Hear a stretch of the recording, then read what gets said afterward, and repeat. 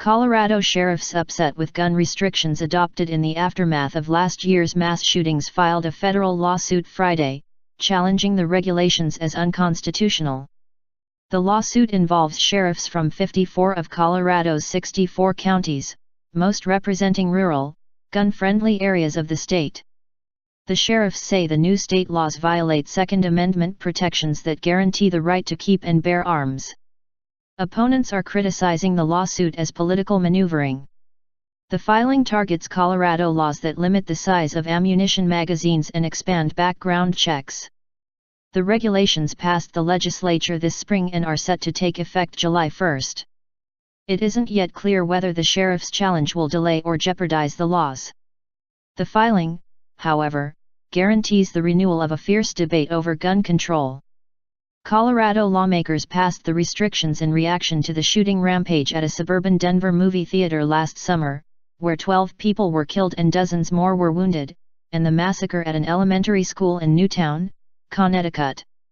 The gun control debate was one of the most emotionally charged of the legislative session, with lengthy debates and national attention.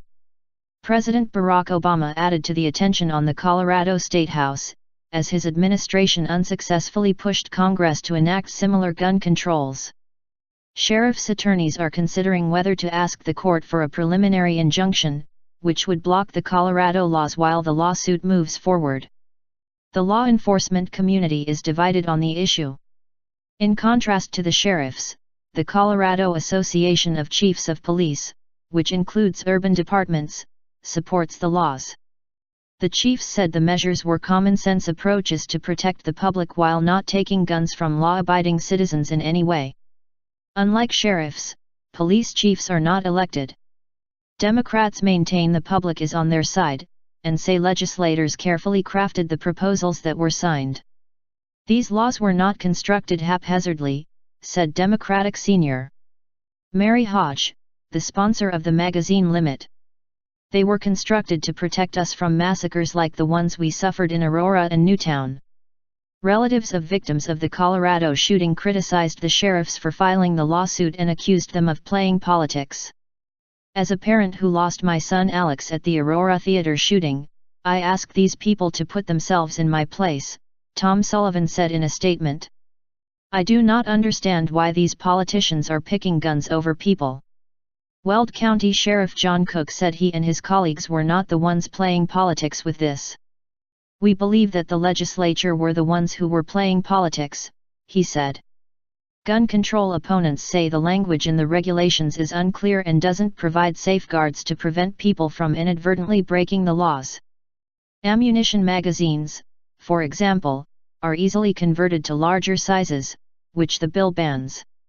Gun rights advocates also say the law expanding background checks doesn't provide enough exemptions for temporary transfers and that people conducting private transactions will have a difficult time getting appropriate checks. Lawmakers allowed several exemptions in the background check legislation, including transfers between immediate family members, shooting events and temporary transfers of up to 72 hours. State officials, including Attorney General John Suthers, have worked to defend the intent of the laws. Suthers, a Republican responsible for defending the law against the legal challenge, issued a statement Friday giving guidance to law enforcement on how the magazine limit should be enforced. He said magazine features must be judged objectively and that magazines that hold 15 rounds or fewer can't be defined as large capacity simply because it can be modified to include more. The state has 30 days to respond to the lawsuit.